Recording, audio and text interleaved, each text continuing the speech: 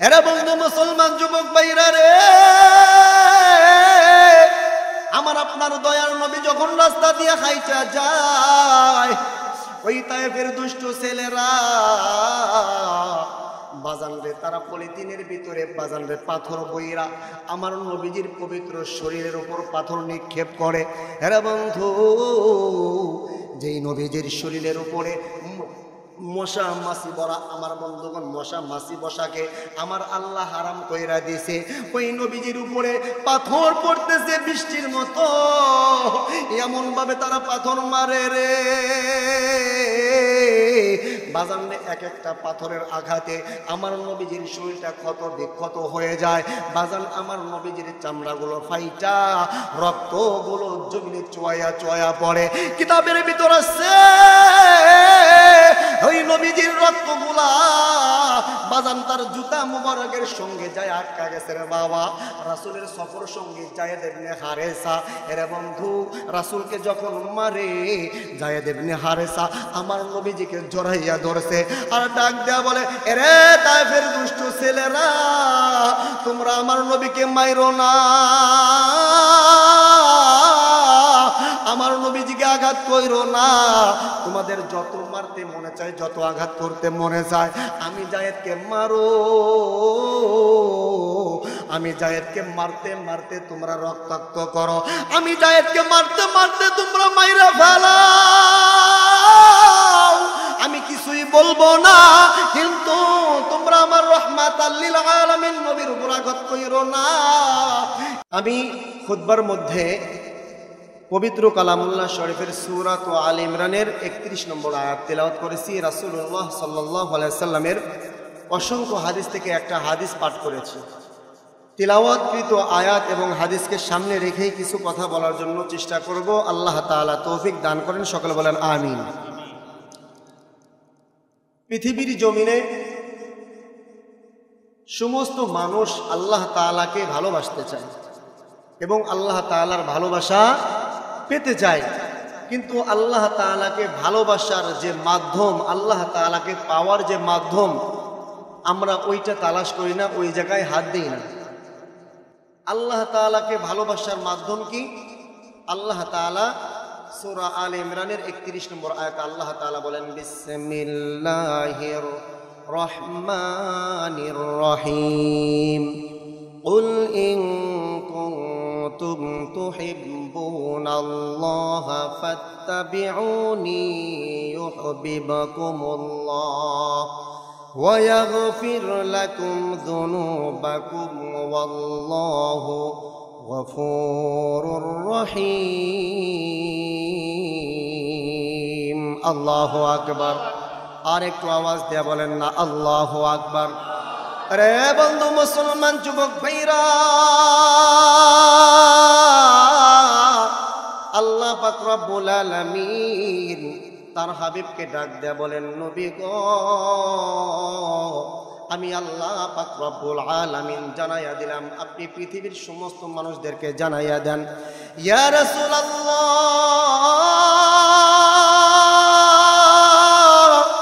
পৃথিবীর যেই সমস্ত মানুষগুলা আমি আল্লাহকে ভালোবাসতে চাই, আমি আল্লাহকে পেতে চাই, নবী গো,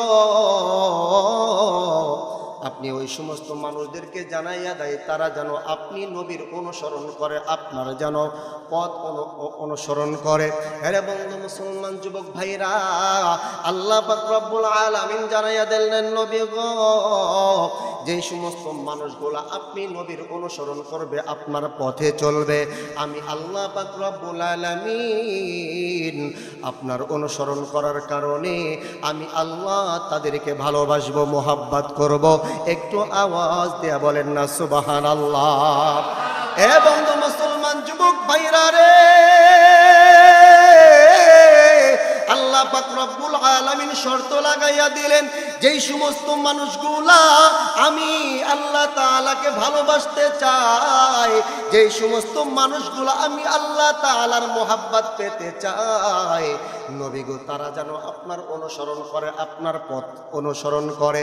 এরে বন্ধু মুসলমান যুবক ভাইরা, যেই সমস্ত মানুষগুলা আল্লাহর রাসূলের ইত্তেবা করবে, যেই সমস্ত মানুষগুলা আল্লাহর রাসূলকে মোহাব্বত করবে, আল্লাহর রাসূলের আদর্শকে মেনে নেবে, আল্লাহ পাক রব্বুল আলামিন জানাইয়া দিলেন আমি আল্লাহ ওই সমস্ত মানুষগুলাকে ভালোবাসবো, মোহাব্বত করব। শুধু তাই নয়, আল্লাহ তাআলা ডাক দিয়ে বলেন ওয়ায়াগফির লাকুম যুনুবাকুম, নবী গো যারা আপনার পথকে অনুসরণ করবে আমি আল্লাহ ওই সমস্ত বান্দা বান্দির তামাম গুনাহকে মাফ করে দিব। আল্লাহু আকবার।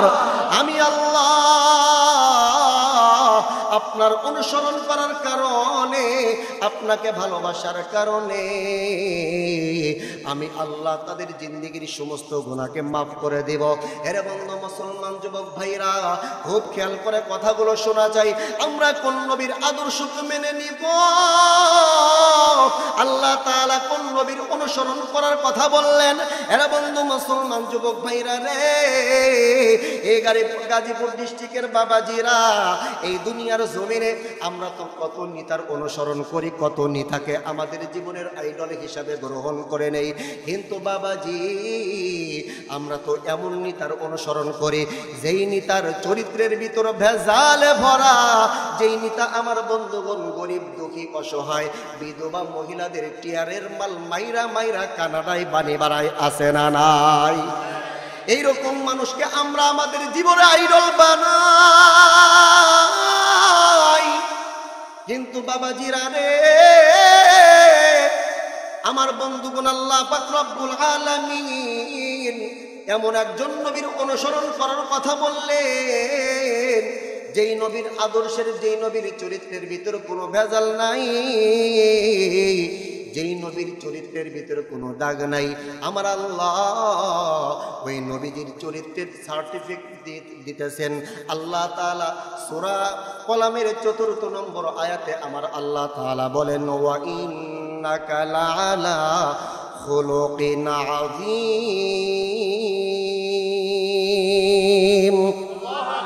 আর একটু আওয়াজ দিয়ে বলেন না আল্লাহু আকবার। এবং মুসলমান যুবক ভাইরা, একটু দিল লাগায়া কথাগুলো শুনবেন রে বন্ধু। আমার নবীজির চরিত্র কেমন ছিল আল্লাহ পাক রব্বুল আলামিন জানাইয়া দেন, নবী গো আপনার চরিত্র হলো মহান চরিত্র, আপনার চরিত্র হলো পুত এবং পবিত্র। জোরে বলেন না আল্লাহু আকবার। আমার নবীর চরিত্রের ভিতরে কোনো ভেজাল নাই, আমার নবীর চরিত্রের ভিতরে কোনো দাগ নাই রে বাবা। যে সমস্ত মানুষগুলা আমার নবীর আদর্শকে গ্রহণ করবে, আমার নবীকে আমার বন্ধুগণ যে সমস্ত মানুষগুলা মেনে নেবে, আল্লাহ পাক রব্বুল আলামিন বলেন কদ আফলাহা মান যাক্কাহা, যারা আমার নবীকে সত্যবাদী হিসাবে মেনে নিল তারা সফল কাম হয়ে গেল, ওই মানুষগুলা জান্নাতি মানুষ হয়ে গেল। সুবহানাল্লাহ। এরা বন্ধু মুসলমান যুবক ভাইরা, গাজীপুর জেলার বাবাজিরা রে, কেমন নবীর আদর্শ আমরা গ্রহণ করব? আমার নবী কেমন উম্মতদেরকে ভালোবাসছে, কেমন মোহাব্বত করছে। এরে বন্ধু মুসলমান, আমার নবীর উত্তম চরিত্র কেমন ছিল রে বাবা? রে বন্ধু মুসলমান, হাদিসের ভিতর আসছে আমার আপনার দয়ার নবী, মায়ার নবী মসজিদে নববীর ভিতর বসে আছেন, সাহাবায়ে কেরাম সামনে বসে আছে। আমার নবীজি সাহাবায়ে কেরামকে বাজান মজার মজার হাদিস শোনাইতেছিল। এমন সময় গ্রাম্য একজন ব্যক্তি, গ্রাম্য একজন মানুষ মসজিদে নববীতে বসে পড়ছে। ওই আল্লাহর বান্দা কিছুক্ষণ পর আমার বন্ধুগণ তার পেশাবের বেগ দিয়েছে, চাপ দিয়েছে। ওই গ্রাম্য আল্লাহর বান্দা আমার বন্ধুগণ যখন নাকি তার পেশাবের চাপ দিয়েছে, বাজানোরে ওই আল্লাহর বান্দা গ্রাম্য মানুষটা উইঠা যাইয়া মসজিদের এক কোনায় বসিয়া পেশাব করা আরম্ভ কইরা দিছে। এই দৃশ্য দেখিয়া সাহাবায়ে কেরাম হইচই শুরু কইরা দিছে। আরে বন্ধু মুসলমান, সাহাবায়ে কেরাম বাজানরে তারে ডাক দিয়া বলতেছি, আল্লাহর বান্দা তুমি এইটা কি করো? এইটা তো মসজিদ ঘর, এইখানে তো পেশাব করা যাবে না। এরে বন্ধু মুসলমান যুবক ভাইরা, ওই সময় আমার আপনার দয়ার নবী, মায়ার নবী, রহমাতাল লিল আলামিন নবী সাহাবায়ে কেরামকে ডাক দিয়া বললেন, ও আমার সাহাবীরা, তোমরা তাকে বাধা দিও না, তোমরা তাকে বারণ কইরো না, তোমরা তাকে পেশাব করার থেকে তাকে তো তোমরা বাধা দিও না। এরে বন্ধু মুসলমান, এইবার যখন ওই আল্লাহর বান্দা গ্রাম্য ব্যক্তিটার পেশাব করা শেষ হয়ে গেল, আমার আপনার দয়ার নবী, মায়ার নবী ওই আল্লাহর বান্দাকে কাছে ডাক দিয়া বাজার রে, এ বন্ধু আল্লাহর রাসূলের হাতটা তার মাথার উপর রাইখা আল্লাহর বান্দাটাকে এত সুন্দরভাবে আমার নবীজি বুঝাইলেন। আল্লাহর বান্দাকে ডাক দিয়া বললেন, ও আল্লাহর বান্দা শুনো, মসজিদ হলো আল্লাহর ঘর, মসজিদ হলো আল্লাহর ঘর, এই মসজিদকে পবিত্র রাখা আমাদের দায়িত্ব। কথা বলেন ঠিক কিনা? এই মসজিদকে পাক পাক পবিত্র রাখা এটা হলো প্রত্যেকটা মুসলমানের দায়িত্ব এবং কর্তব্য। কিন্তু বাজান রে, আজকে এই মসজিদটাকে বাজান আমরা অপবিত্র কইরা ফালাইছি। আজকে মসজিদের ভিতরে আসলে আমরা দুনিয়াবি যত কথা আছে, যত রাজনৈতিক কথা আছে, আজকে মসজিদের ভিতরে আমরা ঢুকাইয়া দিছি। কথা বলেন ঠিক কিনা? ইমাম সাহেব যদি এর বিরোধিতা করে, আমার বন্ধুগণ চাপাই নিয়া বলে, ইমাম সাহেব আসরের পর থেকে আপনার চাকরি খালাস। কতক্ষণ আছে না নাই? আর একটু জোরে বলেন, আছে না নাই? রে বন্ধু মুসলমান, মসজিদ হলো আল্লাহর ঘর। আমার বন্ধুগণ, মসজিদ হলো দুনিয়ার মধ্যে জান্নাতের বাগান। হযরত আবু হুরায়রা রাদিয়াল্লাহু তাআলা আনহু রাসূলের একটা হাদিস বর্ণনা করেছেন বাজান রে। হযরত আবু হুরায়রা রাদিয়াল্লাহু তাআলা আনহু বলেন, নবীজি সাল্লাল্লাহু আলাইহি সাল্লাম একদিন আমাদেরকে বললেন, ও আমার সাহাবীরা, তোমরা যখন জান্নাতের বাগানের সামনে দিয়া যাও, তোমরা ওই জান্নাতের বাগানের মধ্যে ঢুইকা জান্নাতের গাছ থেকে ফল ফ্রুট খাইবা, তারপরে তোমরা আনন্দে ঘোরাফেরা করবা। হযরতে আবু হুরায়রা রাগ দিয়া বলে, ইয়া রাসূলুল্লাহ, ইয়া হাবিবাল্লাহ, নবী গো, আমরা যদি জানতে পারি ওইটা হলো জান্নাতের বাগান, তাহলে আমরা তো অবশ্যই অবশ্যই সেখানে ঢুকবো। কিন্তু নবী গো, আমরা তো জানি না দুনিয়ার মধ্যে জান্নাতের বাগান কোনটা। আল্লাহর রাসূল ডাক দেয়া বললেন, ও আমার সাহাবীরা, দুনিয়ার মধ্যে জান্নাতের বাগান হলো আল মাসাজিদ, দুনিয়ার মধ্যে জান্নাতের বাগান হলো মসজিদ ঘর। জোরে বলেন না সুবহানাল্লাহ?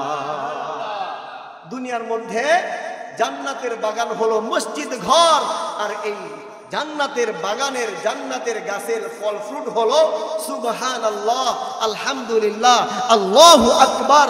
এরে বন্ধু মুসলমান যোগ্য ভাইরা, রাসূলুল্লাহ সাল্লাল্লাহু আলাইহি সাল্লাম সাহাবায়ে কিরামকে শিক্ষা দিলেন, আমাদেরকে শিক্ষা দিলেন, তোমরা মসজিদে প্রবেশ করো, দুনিয়ার কথা বইলো না, তোমরা মসজিদটাকে বাজার বানায়ো না, মসজিদে ঢুকছো সময় আছে, তোমরা তাসবিহ পাঠ করো, সুবহানাল্লাহ, আলহামদুলিল্লাহ।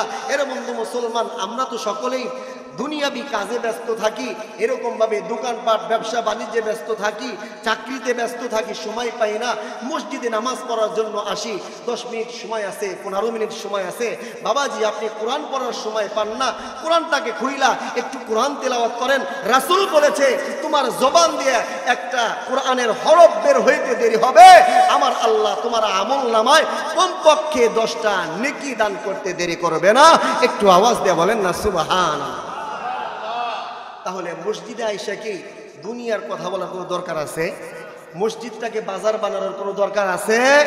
সময় পাইলে আমরা জিকির করব, তাসবিহ পাঠ করব, সময় পাইলে একটু কোরআন তিলাওয়াত করব। আমার বন্ধুগণ, এই যে মসজিদ ঘরে আসবো, মসজিদ ঘরে দুনিয়ার কোনো কথা চলবে না। আমার মসজিদ ঘরে আমরা আসবো, জিকির আজগার করব, ইবাদত করার জন্য আসবো। মাফ করবেন তিনি কে? আরেকটু আওয়াজ দিয়ে বলেন কে?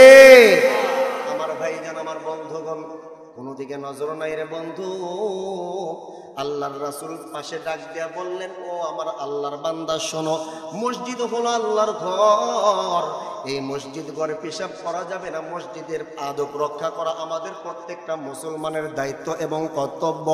আরে বন্ধু মুসলমান যুবক ভাইরা,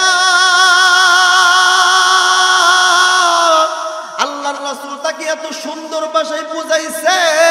এ বন্ধু মুসলমান, ওই গ্রাম্য লোকটা আল্লাহর রাসূলের আদর্শ দেখা, আল্লাহর রাসূলের কথাবার্তা দেখা বাজান রে, ওই গ্রাম্য লোকটা আল্লাহর রাসূলের আদর্শের প্রতি মুগ্ধ হয়ে গেছে, আল্লাহর রাসূলের প্রেমে পড়ে গেছে। এরা বন্ধু, এইবার যখন ওই গ্রাম্য লোকটা আল্লাহর রাসূলের অনুমতি নিয়া বাজান যখন বাড়ির দিকে রওনা হয়ে গেছে, এরা বন্ধু মুসলমান, দেখো না বাবা, আমার নবী উম্মতের জন্য কেমন পাগল ছিল, আমার নবী উম্মতের কেমন দরদি নবী ছিল রে। ওই আল্লাহর বান্দা যখন বাজান বাড়ির দিকে রওনা হয়ে গেছে, আমার নবীজি তার কাছে ডাইকা বাজান রে, আমার নবীজির একটা জুব্বা মুবারক তারে হাদিয়া দিল। জোরে বলেন না সুবহানাল্লাহ। এ বন্ধু মুসলমান যুবক ভাইরা, ওই গ্রাম্য ব্যক্তিটা নবীজির জুব্বা মুবারক হাদিয়া পাইয়া বড় খুশি হয়ে গেছে। এরে বন্ধু মুসলমান, জুব্বাটা গাই দিয়া এইবার আল্লাহর বান্দা বাড়ির দিকে রওনা হয়ে গেছে। আমার নবীজি আবার তারে ডাক দিলেন, এলে আল্লাহর বান্দা একটু শোনো। এরে বন্ধু, এইবার যখন ওই গ্রাম্য লোকটা আমার নবীজির কাছে আসলো, আসার পর আমার নবীজি তারে ডাক দিয়া বলো, এরে বন্ধু, আমার নবী তাকে ডাক দিয়া বললো, কি ব্যাপার, তুমি যে বাড়িতে যাইবা, তোমার বাহন কোথায়, তুমি কিসের উপর আরোহণ কইরা যাইবা? এইবার আল্লাহর বান্দা ডাক দেয়া বলে, ইয়া রাসূলুল্লাহ, নবী গো, আমি তো একজন গরিব মানুষ, আমার তো বাহন কেনার মতন কোনো টাকা পয়সা নাই, এই জন্য আমি পায়ে হেঁটে আমি আমার বাড়ির দিকে রওনা হয়ে গেছি। দয়ার নবী, মায়ার নবী, উম্মতের কান্ডারে নবী ডাক দেয়া বলে, না না না, তুমি পায়ে হেঁটে যাইবা না, আরে তাহলে তো তোমার তো কষ্ট হবে। এই জন্য আমার নবীজি বাজান রে তার একটা বাহন ওই গ্রাম্য ব্যক্তিটাকে হাদিয়া দিছে। একটু আওয়াজ দিয়ে বলেন না সুবহানাল্লাহ। আরে রহমাতাল লিল আলামিন নবী, রহমাতাল লিল আলামিন নবী, কোরআনে প্রমাণ, আশেক বিনে কে বুঝিবে আমার দয়ার নবীর শান, উম্মত বিনে কে বুঝিবে আমার দয়ার নবীর শান। রহমাতাল লিল আলামিন নবী, রহমাতাল লিল আলামিন নবী, কোরআনে প্রমাণ, আশেক বিনে কে বুঝিবে আমার দয়ার নবীর শান, উম্মত বিনে কে বুঝিবে আমার দয়ার নবীর শান। নবী আমার মদিনার ওই বুলবুল,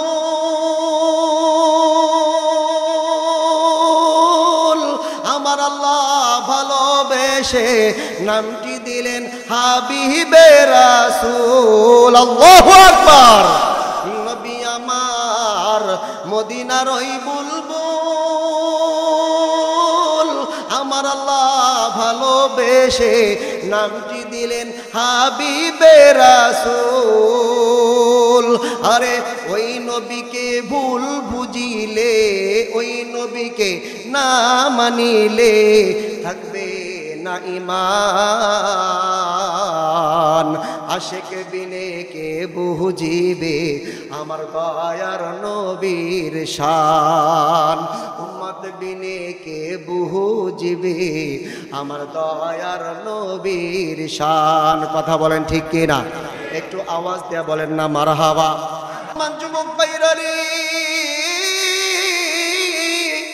আমার আপনার দয়ার নবী, মায়ের নবী, তারে যখন বাহন হাদিয়া দিছে বাজান রে, এইবার গ্রাম্য লোকটা বাজান বাহন একটা হাদিয়া পাইয়া মহৎ খুশি হয়ে গেছে। বন্ধু এইবার আল্লাহর বান্দা নবীজির জুব্বা পরিধান করিয়া বাজানডে ওই বাহনের উপর আরোহণ করিয়া এইবার যখন গ্রামের দিকে রওনা হয়ে যায়, গ্রামের কাছে যখন চইলা গেছে, বাজানডে গেটের সামনে যখন চইলা গেছে, বাজান এখনো পর্যন্ত গ্রামের ভিতর প্রবেশ করে নাই, তার আগেই ওই আল্লাহর বান্দা গ্রাম্য ব্যক্তিটা চিল্লা ফাল্লা শুরু কইরা দিছে, এরে তোমরা কে কোথায় আছো, বাহির হয়ে আসো।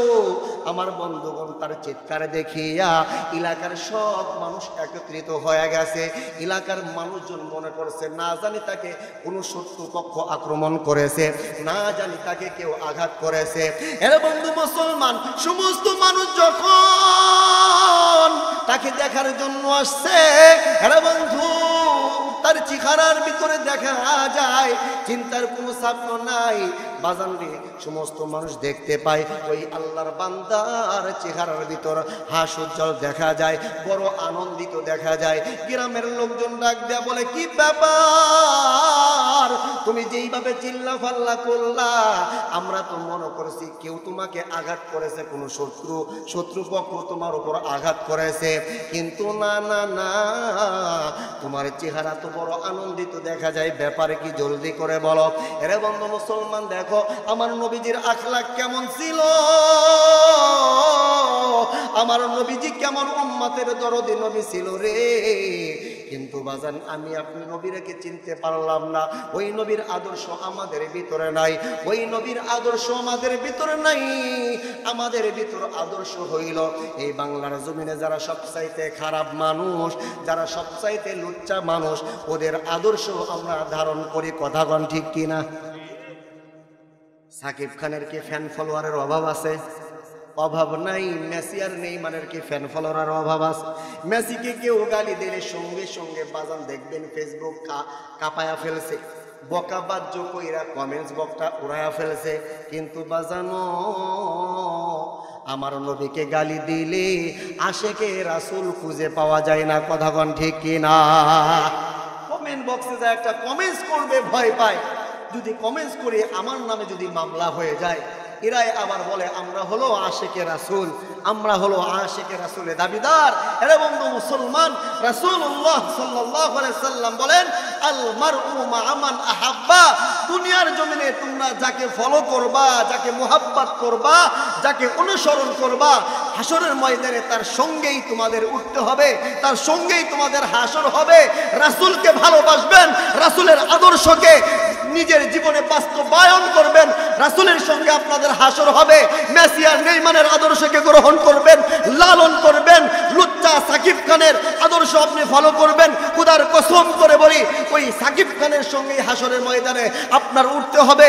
সাকিব যদি জাহান্নামে যায়, আপনাকেও জাহান্নামে যাইতে হবে। কথা বলেন ঠিক কিনা? কার আদর্শ গ্রহণ করা দরকার? রাসূলের আদর্শকে গ্রহণ করতে হবে। রাসূলের আদর্শ গ্রহণ করবেন তো দুনিয়াতেও কামিয়াবে, আখিরাতেও কামিয়াবি হয়ে যাবেন। সুবহানাল্লাহ জোরে বলবেন না? আমার বন্ধুগণ, আজকে রাসূলের আদর্শ আমাদের ভিতরে নাই।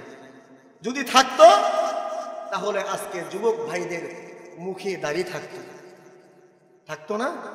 আহারে, পুরুষের সৌন্দর্য হলো দাড়ি, এই দাড়িটা আমাদের ভিতরে নাই। আজকে আমরা পুরুষ হইছি, হ্যাঁ, মহিলাদের মতন সাজুগুজ। যদি এইটাই না হইতো তাহলে এই বাংলার জমিনে নাকি অ্যাডলফ খান নাকি একজন মানুষ আছে যে খুব ইউটিউবে ভাইরাল, ফেসবুকে ভাইরাল।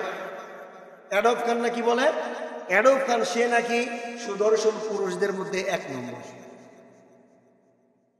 যার আপনি চারিত্রিক যদি দেখতে যান, গঠন প্রণালী দেখতে যান, তাহলে দেখবেন সব মহিলাদের যত কিছু আছে তার ভিতরে সব পাওয়া যায়। কথা বলেন ঠিক কিনা? সেলোয়ার কামিজ পরে, কানের ভিতরে দুল লাগায়, হাতে বালা পরে, এও নাকি সুদর্শন একজন পুরুষ হয়। নাউজুবিল্লাহ জোর বলবেন না? অথচ রাসূলুল্লাহ সাল্লাল্লাহু আলাইহি সাল্লামকে আমার আল্লাহ পাক রব্বুল আলামিন পৃথিবীর জমিনে সবচাইতে সুন্দর পুরুষ, সবচাইতে সুদর্শন পুরুষ আল্লাহ তাআলা আমার রাসূলকেই বানাইছিলেন। জোরে বলেন না সুবহানাল্লাহ। এই জন্য রাসূল যা যা করেছেন ওই জিনিসগুলো যদি আমাদের ভিতরে থাকে, আমরাও সুদর্শন পুরুষ হিসেবে নিজেকে দাবি করতে পারবো। যার মুখে দাড়ি নাই ও কখনো সুদর্শন হতে পারে না। সুদর্শন পুরুষ কখনোই হতে পারে না, কারণ তার ভিতরে মহিলার স্বভাব আছে। মহিলাদের দাড়ি নাই, তার মুখেও দাড়ি নাই। মহিলারাও বালা পরে, সেও বালা পরে। মহিলারা কানে দুল লাগায়, সেইটাও কানে দুল লাগায়, সে পুরুষ হইল কেমনে? কথা বলেন। এই জন্য রাসূলের আদর্শের মধ্যে কামিয়াবি। আরে বন্ধু, সাহাবায়ে কেরাম রাসূলুল্লাহ সাল্লাল্লাহু আলাইহি সাল্লামের আদর্শ কিভাবে লুফে নিয়েছে। আরে বন্ধু, মুসলমান যুবক ভাইরা, ওদিকে যাব না আমার বন্ধুগণ। এইবার লোকটা যখন বাজান গ্রামের ভিতরে ঢুকছে, সমস্ত মানুষ তাকে জড়াইয়া ধরছে, তাকে এরকম ভাবে ঘেরাও করে ফেলেছে। কি ব্যাপার, তুমি এত চিল্লা ফাল্লা করলা, কিন্তু তোমার চেহারা তো বড় আনন্দ মুখীর তো দেখা যায়, তোমার চেহারা হাস্যোজ্জ্বল, কি জন্য তুমি চিল্লা ফাল্লা করলা? একটু আমাদেরকে বলো। আরে বন্ধু মুসলমান যুবক ভাইরা রে, খুব খেয়াল করে কথাগুলো শোনা চাই। এইবার আল্লাহর বান্দা ডাক দেয়, বলতেছে, শোনো, আমি আজকে এমন একজন মানুষের সঙ্গে সাক্ষাৎ করে আসছি, এমন একজন মানুষকে দেখে আসছি, আমার মন সাক্ষী দেয় ওই মানুষটার মতন ভালো মানুষ এই পৃথিবীর জমিনে আর একজনও নাই। জোরে বলেন না সুবহানাল্লাহ। আরে বন্ধু মুসলমান যুবক ভাইরা, একজন বিধর্মী মানুষ আমার নবীকে সাক্ষী দেয়, আমার নবীর মতন ভালো মানুষ আর কেউ নাই, আমার নবীর আখলাকওয়ালা, আমার নবীজির মতন চরিত্রওয়ালা মানুষ আর কেউ নাই। কিন্তু বাজারে বড় আফসোস লাগে, বড় কষ্ট লাগে, আমাদের মুসলমানের ঘরে জন্ম নিয়া কিছু নাস্তিক বের হয়েছে, যারা আমার নবীজির চরিত্রের বিরুদ্ধে লেখালেখি করে। কথা বলেন ঠিক কিনা? আমার রাসূলকে ওয়াকাত্ত ভাষায় গালিগালাজ করে। এরে বন্ধু মুসলমান, আমরা জানায়া দিতে চাই, এটা হলো বাংলাদেশ, ৯৫% মুসলমানের দেশ হলো বাংলাদেশ। এই ৯৫% মুসলমানের দেশে কোন রাম বাম, কোন নাস্তিকের বাচ্চা আল্লাহর রাসূলকে কটূক্তি করবে, ইসলামকে ব্যঙ্গ করবে, আমরা মুসলমান বসে থাকবো না। নাস্তিকদেরকে যেখানেই পাবো জুতা পিটা করে দাদার রাষ্ট্রে পাঠিয়ে দেব। কথা বলেন ঠিক কিনা? কারা কারা রাজি আছো? হাত তুলে আমার আল্লাহকে দেখাইয়া দাও। লিল্লাহে তাকবীর, লিল্লাহে তাকবীর। রাসূলের আদর্শ মেনে নেবেন তো ইনশাআল্লাহ? আমার ভাইজান, আমার বন্ধুগণ, এর বন্ধু, আল্লাহর বান্দা ডাক দেয়া বলেন, আমি এমন একজন মানুষকে দেখে আসছি, আমার মন সাক্ষী দেয় ওই মানুষটার মতন ভালো মানুষ এই পৃথিবীর জমিনে আর কেউ নাই। কেন না? আরে আমি এত বড় একটা অপরাধ করেছি, এত বড় একটা অন্যায় কাজ করেছি, আমি মসজিদের ভিতরে পেশাব করে দিয়েছি, কিন্তু ওই আল্লাহর বান্দা আমাকে একটু জোরে আওয়াজ দিয়েও কথা বলে নাই, আমাকে বোকাবাজ্যও করে নাই, আমাকে উচ্চ আওয়াজেও এরকম ভাবে আমাকে মারধর করে নাই, বরং আমাকে কাছে নিয়ে এত সুন্দরভাবে বোঝাইছে, এত সুন্দরভাবে কোনো মানুষ বুঝাইতে পারে না। এর বন্ধু, আমার রাসূলের চরিত্রের কথা শুই না, আমার রাসূলের আখলাক আদর্শের কথা শুই না, ওই সমস্ত মানুষগুলা মুগ্ধ হয়ে গেছে। এইবার সমস্ত গোত্রের লোকেরা তারা ডাক দেয়া বলে, এলে আল্লাহর বান্দা শোনো, তুমি যেই মানুষটার সন্ধান পাইছো, আমরা ওই মানুষটার কাছে যাইতে চাই। কিতাবের ভিতর আসছে একজন দুইজন নয়, ৩০০ জন মানুষ একসঙ্গে রাসূলের দরবারে যাইয়া কালেমা পড়ে মুসলমান হয়ে গেছে। জোরে বলেন না সুবহানাল্লাহ। ৩০০ জন মানুষ একসঙ্গে কালেমা পড়ে মুসলমান হয়ে গেছে। এর বন্ধু মুসলমান একমাত্র রাসূলের উত্তম আদর্শের কারণে। কথা বলেন ঠিক কিনা? আমার রাসূল উম্মতের জন্য পাগল ছিল, উম্মত রাসূলকে কষ্ট দিয়েছে, কিন্তু আমার রাসূল উম্মতকে কষ্ট দেয় নাই, উম্মতের জন্য অভিযোগ করেন নাই, উম্মতের জন্য আল্লাহর কাছে কখনো অভিশাপ দেয় নাই। এর বন্ধু মুসলমান, তায়েফের কথা কে না জানে? আমার আপনার দয়ার নবী, মায়ার নবী, উম্মতের কান্ডারি নবী যখন নাকি মনের ভিতরে বড় আশা নিয়া তায়েফের ময়দানে চলে গেলেন কালেমার দাওয়াত নিয়া। এ বন্ধু মুসলমান, দীর্ঘ পথ চলার পরে নবীজি বড় ক্লান্ত পিপাসার্ত। আমার বন্ধুগণ, আরবদের ঐতিহ্য হলো তারা অতিথি পরায়ণ।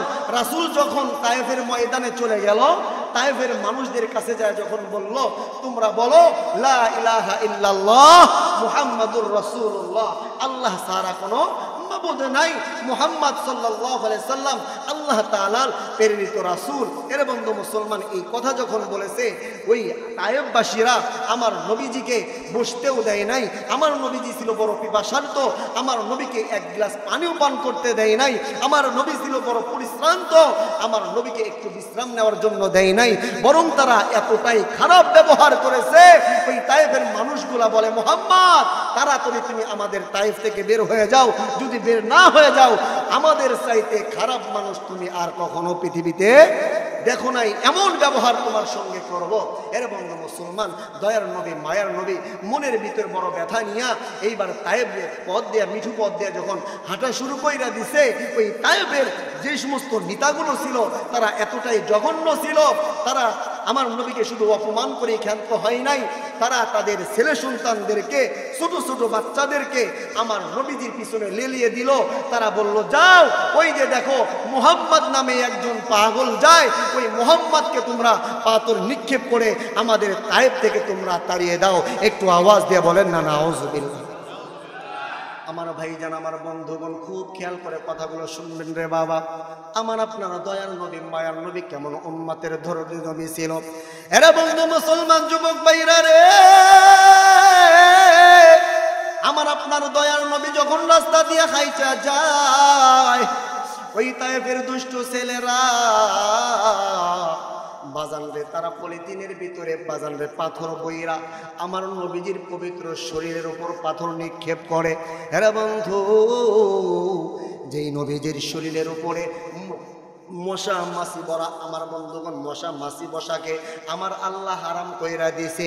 ওই নবীজির উপরে পাথর পড়তেছে বৃষ্টির মতো, এমন ভাবে তারা পাথর মারে রে বাজান রে, এক একটা পাথরের আঘাতে আমার নবীজির শরীরটা ক্ষত বিক্ষত হয়ে যায়। বাজান, আমার নবীজির চামড়াগুলো ফাইটা রক্তগুলো জমিনে চোয়া চোয়া পড়ে। কিতাবের ভিতর আছে ওই নবীজির রক্তগুলা বাজান তার জুতা মুবারকের সঙ্গে যায় আটকা গেছে রে বাবা।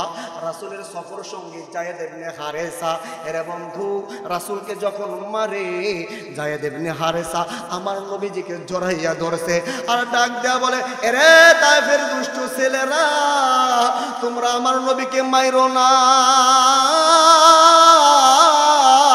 আমার নবীজিকে আঘাত কইরো না, তোমাদের যত মারতে মনে চায়, যত আঘাত করতে মনে চায়, আমি জায়েদকে মারো, আমি জায়েদকে মারতে মারতে তোমরা রক্তাক্ত করো, আমি জায়েদকে মারতে মারতে তোমরা মাইরা ফেলাও, আমি কিছুই বলবো না, কিন্তু তোমরা আমার রাহমাতাল লিল আলামিন নবীর উপর আঘাত কইরো না। এরা বন্ধু মুসলমান, কে কার কথা শুনে? এরা বন্ধু মুসলমান, মারতে মারতে আমার নবীজি রক্তাক্ত হয়ে গেছে, ব্যথার যন্ত্রণায় নবীজি আমার বসে পড়েছে। তায়েফের দুষ্ট ছেলেরা এতটাই নিষ্ঠুর ছিল, এতটাই পাষাণ ছিল রে, আমার নবীজির দুই হাতের পাঁজর ধরিয়া আবার দাঁড় করায় দিয়েছে, বলে মুহাম্মদ সামনের দিকে চলো। সামনের দিকে আমার নবীজি হাঁটে, আবার তারা আমার নবীজির উপর পাথর নিক্ষেপ করে। এর বন্ধু মুসলমান যুবক ভাইরা, খুব খেয়াল করে কথাগুলো শোনা চাই। দেখো না রে বাবা, আমার নবীজি আমার আপনার জন্য কেমন পাগল ছিল, কেমন উম্মতের জন্য পাগল ছিল। রে বন্ধু মুসলমান, নবীজি এইবার যাইতে যাইতে একটা বাগানের ভিতরে বাজানরে আশ্রয় গ্রহণ করলো, পাহাড়ের একটা গুহার ভিতরে যা আমার নবীজি আশ্রয় নিল। এর বন্ধু মুসলমান, নবীজি আমার উঠতে পারে না, নবীজির সমস্ত শরীরটা ব্যথায় জর্জরিত হয়ে গেছে। যায়েদ ইবনে হারিসা রাদিয়াল্লাহু তাআলা আনহু আমার নবীজির সেবা যত্ন করতেছে। ঠিক এমন সময় বাজানে হযরতে জিবরাইল আলাইহিস সালাতু ওয়াস সালাম আমার নবীজির কাছে আগমন করলেন। আমার নবীকে সালাম দিয়া ডাক দিয়ে বলে, ইয়া রাসূলুল্লাহ, ইয়া হাবিবাল্লাহ, নবী গো, তায়েফবাসীরা আপনার উপরে যে জুলুম নির্যাতন করেছে, সব কিছু আমার আল্লাহ তাআলা দেখেছেন। আমার আল্লাহ তাআলা আমাকে অর্ডার দিছে, আপনি শুধু আমাকে অনুমতি দেন, এই তায়েববাসীগুলাকে আমি পাহাড়ের মাঝখানে আইনা তাদেরকে আমি ধ্বংস করে দেব, তাদেরকে আমি ধ্বংস করে দিব। এরে বন্ধু মুসলমান যুবক ভাইরা রে, উম্মতকে কতটুকু ভালোবাসলে, উম্মতকে কতটুকু মোহাব্বত করলে একটা নবীর জবান দিয়ে এই কথাটা বের হতে পারে। আমার নবী ডাক দেয়া বললেন, জিবরাইল,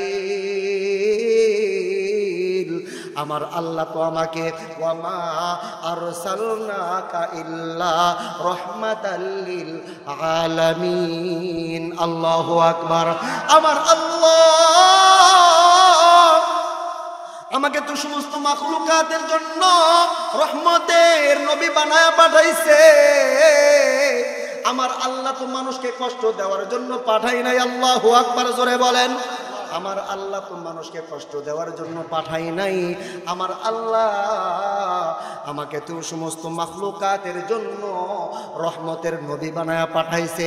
আমি আমার উম্মতের জন্য বদদুয়া করতে পারি না।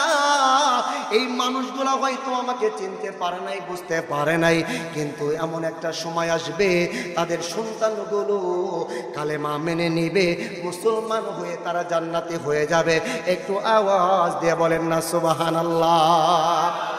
এত মারা মারছে, রক্তাক্ত করছে, নবীজির শরীর মুবারক ফাইটা রক্তগুলা এইরকম ভাবে জুতার সাথে লাগিয়ে গেছে।